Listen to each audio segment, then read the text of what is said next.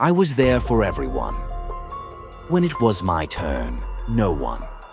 Emma was the kind of person people called when life fell apart.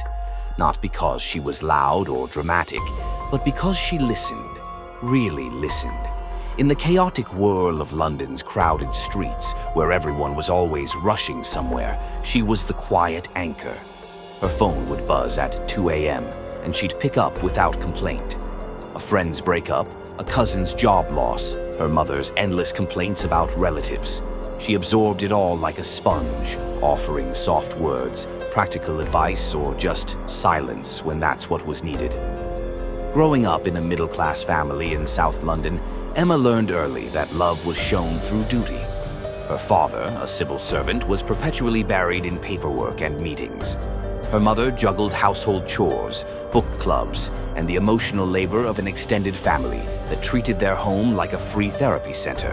Emma, the elder daughter, became the unofficial counselor by age 12. When her younger brother Liam failed his GCSEs, she stayed up nights helping him revise. When her best friend from school, Sophie, got divorced at 28, Emma left her marketing job early for months to babysit Sophie's toddler so she could grieve in peace. When her cousin Clara lost her father suddenly, Emma took a week off work to fly across the country, organize the funeral arrangements, and hold Clara's hand through every tearful decision. Emma never kept score. She didn't expect anything in return. "That's what friends do," she'd say with a gentle smile when anyone thanked her. That's what family does. By 32, Emma had built a life that looked stable from the outside. A decent flat in Clapham, a steady job at a digital agency, a small circle of friends she'd known since university. But inside, there was a quiet ache she rarely acknowledged. She poured herself into others because it felt safer than admitting her own needs. Then came the year everything cracked. It started with her father's diagnosis, early onset dementia. The news hit like a slow-moving storm. At first, it was small forgetfulness, keys misplaced, stories repeated. Then came the doctor's words, irreversible, progressive. Emma became the point person overnight. She attended every appointment, researched care homes, managed medications, and shielded her mother from the worst of it. Liam was too busy with his new job in Manchester. Her mother dissolved into anxiety and tears, leaning on Emma for every decision. At work, Emma's team was going through a major restructure. Layoffs loomed. She stayed late to help colleagues polish their portfolios, offered to take on extra projects to ease their load, and reassured everyone that things would be fine, even as her own role hung in the balance. Then Sophie announced her engagement, the same Sophie whose divorce Emma had nursed her through for 2 years. Sophie wanted Emma as maid of honor, of course. Dress fittings, venue visits, hen party planning. Emma threw herself into it all, even when exhaustion pulled at her bones. And Clara? She'd started a new relationship and was, finally, happy again. Phone calls became shorter. Visits stopped. Emma told herself it was fine. People were busy, life moved on. But the weight kept building. One rainy October evening, after a 12-hour day that included a hospital visit, a work crisis, and wedding RSVP chasing, Emma came home to her empty flat. She sat on the sofa, stared at her phone, and realized she hadn't had a proper conversation about herself in months. Not one where someone asked, "How are you, really?" and waited for the honest answer. She opened her messages, dozens of chats where she'd been the supporter, the planner, the fixer, but none where someone had checked in on her lately. She typed a message to Sophie. "Hey, things have been really heavy with Dad lately. Could use a coffee and a proper catch-up soon?" Sent. 3 hours later, a heart emoji and, "Of course, babe. So excited for the wedding." Emma tried Liam next. "Dad had a bad day today. Miss you. When are you coming down?" Read. No reply. Her mother. "Just got back from the hospital, exhausted. You okay? Emma, can you call the pharmacist tomorrow? I'm too upset."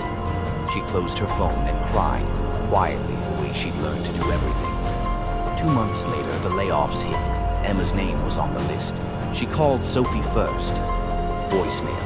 Texted Clara. got made redundant today. Pretty gutted." Clara replied the next morning. "Oh no, that sucks. Hope you find something soon." Liam finally called 3 days later. "Hey sis, heard about the job. Rough. Listen, I need a favor. Can you watch the dog next month when we go on holiday?" Emma laughed then, a hollow sound. "Sure," she said. "Of course." The breaking point came on a cold January night. Her father had wandered out of the care home in confusion. It took hours to find him. Emma spent the night at the hospital, holding his hand as he drifted in and out, calling her by her mother's name. When she finally got home at dawn, shaking from cold and fear, she sat on the kitchen floor and dialed every number she trusted. "Sophie, it's 6 a.m., Emma. Can this wait?" Liam, straight to voicemail. "Clara, I'm at work, hun. Text me later." Her mother, "I can't talk right now. I'm too worried about your father." One by one, the people she'd carried for years were suddenly, understandably, unavailable. Emma put the phone down and looked around her quiet flat.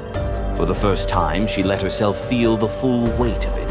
Not just the grief for her father, not just the job loss, but the deeper, older ache.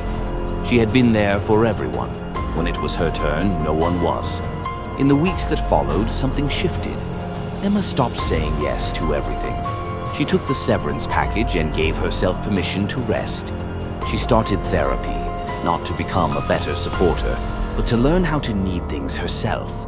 She saw Sophie at the wedding, beautiful and glowing. Emma smiled, danced, gave a heartfelt speech. But when Sophie hugged her and whispered, "You're the best friend anyone could ask for," Emma felt the words land differently. Grateful, yes, but also distant.